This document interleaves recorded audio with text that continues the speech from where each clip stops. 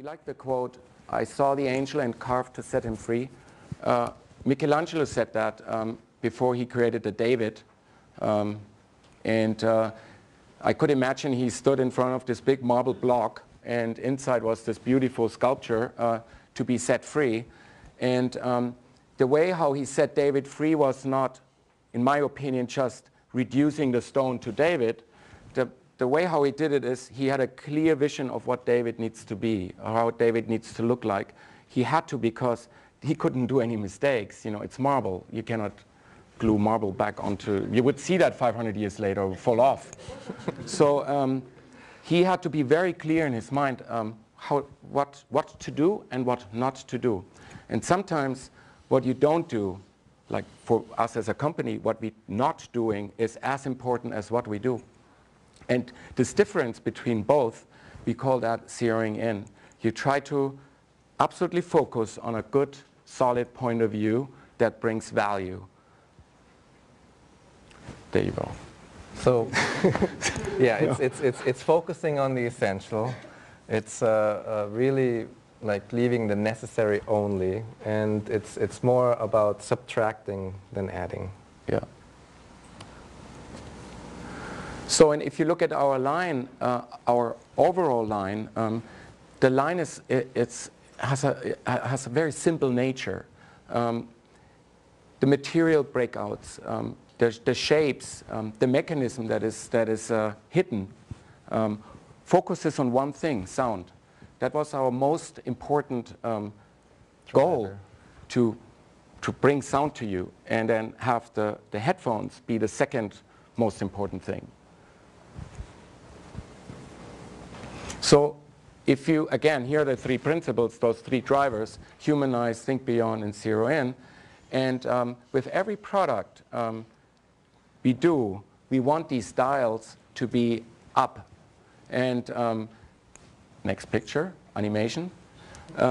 So you want them to be in a certain spot. You cannot design a very simple product which is super innovative and completely ignores the human aspect of it. Nobody will buy it. Nobody will like it. They feel no connection to the product. You know, you can also not ignore being innovative. It's very important that you have some aspect in your product that is innovative, truly innovative, not just told by a marketing department, but a true innovative function. And so they all work together. It's a great tool, actually. We have these dials at InCase. They're on our wall, and you can turn them. And we thought we could cross-check our products, you know, whether they reached a certain degree or a certain number, and we cross-check competitor products as well for that number. And one competitor product, is everybody knows, and these principles apply very well, is the iPhone. And if you think about these principles, think about humanize, think about the interaction that this thing provides. I never read a manual. I just went through the whole menu. I had no problems. It's super intuitive. It's touch sensitive. It's big. I can read it. I can zoom into it. I can do all these. I can activate in a human way too. I can swipe it. I can do all these things that didn't exist before. So in terms of humanizing, this gets an 11. If the die goes to 10, that's an 11. And then if you think about Think Beyond, I remember when this came out, and in form of the 2G, the very first one with the aluminum back. It came out at a time where Motorola and Nokia already were working on touchscreens, but nobody had the balls to launch a touchscreen out of various reasons, battery life.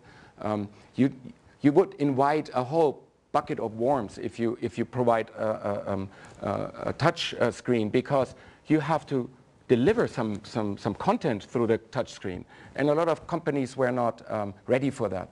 So Steve Jobs again said, let's go with a touch screen. And there were all these other users, the Blackberries. They said, oh no, I need my keyboard, you know, I need a tactile feedback and all this. But crap, you know, nowadays they have all the Blackberries, they have touch screens too. So, and then the third one, zero in, they really took everything that's not necessary of that device, of that product. Everything is super clear, everything is super intuitive, the design super nice, super clean, and so I give this phone, I give it like a 40 or so, 44 if you want. But you see that these principles, they work so well for Apple, they work so well for us too. And we are not only in the neighborhood of Apple, like geographically. We grew up with the Apple design team. They were our roommates, or we worked at IDEO, or we are friends. We go out for drinks, and we have the same.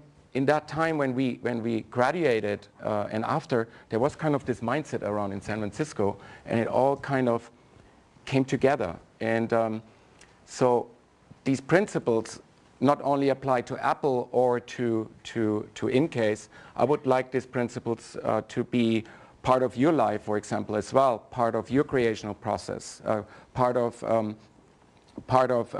your philosophy.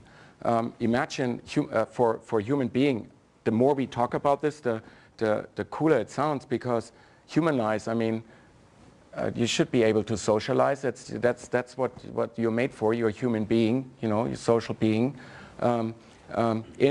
Think beyond. The best moments ever, the best memories you will ever have if you cross your how you say, jump your shadow or break a pattern. You know, this is science here, guys. If you try that tomorrow, do something that you never did before, you will remember it in 10 years. Whereas if you do the same thing that you did yesterday and the days before, you won't remember. That's the idea.